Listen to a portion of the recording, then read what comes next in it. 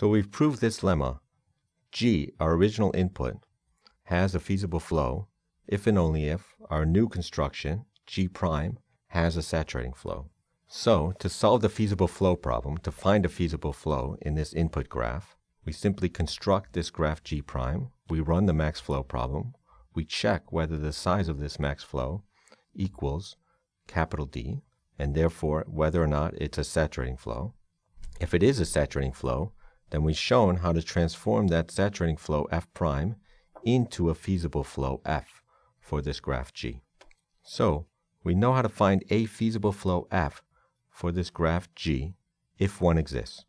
Once we have such a feasible flow F, can we transform it, can we augment it to find a flow, a feasible flow of maximum size? So can we find a maximum size feasible flow? Now recall how our max flow algorithms worked, either Ford-Fulkerson or Edmonds-Karp. Both of them start with a zero flow. So every edge has flow 0 initially. Then we build the residual graph and we find an augmenting path from S to T if one exists. If there exists one, we augment along that path. Then we build the new residual graph and we repeat. We keep augmenting along a path from S to T in the residual graph until there's no path from S to T in the residual graph, and therefore the flow that we're at is a max flow. Now we want to do a similar procedure for the feasible flow. So here we're going to start at this feasible flow F that we found. Instead of starting at the zero flow as we did for the max flow algorithms, here we're going to start with a feasible flow.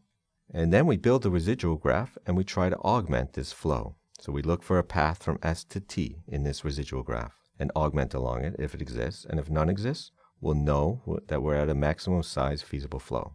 Now the only difference from before is that this residual graph is slightly different. Now the capacity of this edge from V to W in the residual graph for this current flow F. For forward edges, it's defined to be the leftover capacity. So it's the capacity minus the current flow. Now for reverse edges, so if there's an edge from W to V in the original graph, then we add the edge from V to W if there's flow from W to V. So normally in the residual graph, the capacity of this edge from V to W, this reverse edge, will be the flow along this edge. But now we have the constraint that the flow can never go below the demand. So we can't decrease the flow below the demand. So the amount we can decrease the flow along this edge from WV is by how much the flow exceeds the demand. So we set the capacity of this reverse edge to be the flow along this edge minus the demand. And finally it's 0 otherwise.